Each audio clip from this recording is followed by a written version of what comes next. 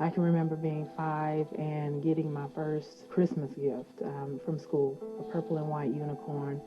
Cynthia Cooper's father didn't allow gifts or celebrations. And when he got home, he immediately threw it in the trash. And I remember being crushed because I didn't understand. Cynthia Cooper's father and mother were Jehovah's Witnesses. Her father was an elder of the faith and strictly enforced all the rules of the religion. No celebration of holidays, birthdays, Christmas. Jesus Christ was simply a prophet, who came to the earth. They don't believe that God is able to talk to you. As a child, Cynthia was independent and curious. She struggled to understand her father's religion. I would ask him questions, and a lot of the questions he wouldn't answer, or he'd get frustrated with me, and his response was, because I said so. I felt very left out at school. I felt very isolated. There was really no outside influence or opportunity to be social outside of the members of the church. Cynthia carried her loneliness, doubts, and questions into her teens. She dreaded the exhausting work required by the religion. The Jehovah's Witnesses believe that you can get your salvation through works.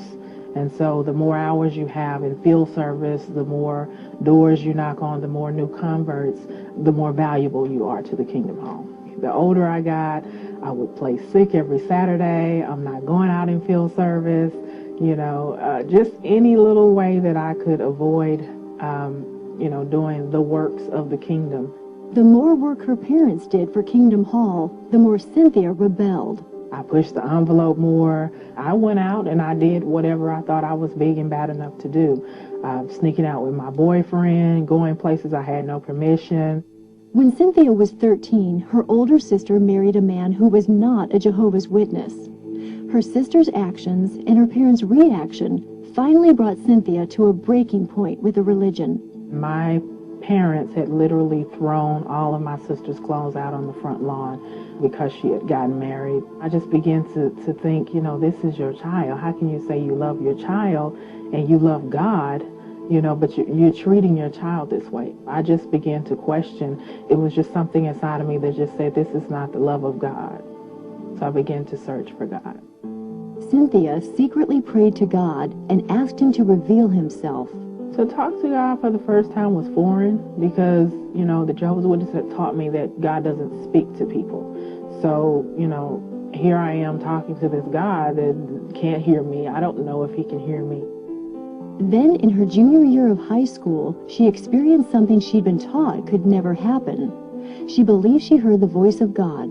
I actually had a pinched nerve, and at the time, no one knew what it was. So I said, Lord, if you heal me, I'll serve you. I don't know who you are. I don't know how to serve you. But if you heal me, I will. I heard the Holy Spirit say, okay. And so I turned my neck and something snapped in the side of my neck. And immediately I was healed. And I knew it was him. And then immediately the peace that I felt once that came over me, it was awesome. Cynthia kept her personal experiences with God a secret until she moved out of her parents' home. She knew there would be grave consequences. When she was 19 and living independently, she denounced the Jehovah's Witness religion. I wrote a letter to one of the elders of the congregation, and I told them that I no longer wish to be a witness. I heard later on that they publicly disowned me at the service. So did Cynthia's parents. When my parents disowned me, it was devastating. And I remember my dad calling me out of my name, telling me I was not welcome. And it crushed me. There was so many different emotions, but one thing that I kept in the back of my mind is that I had heard the voice of God.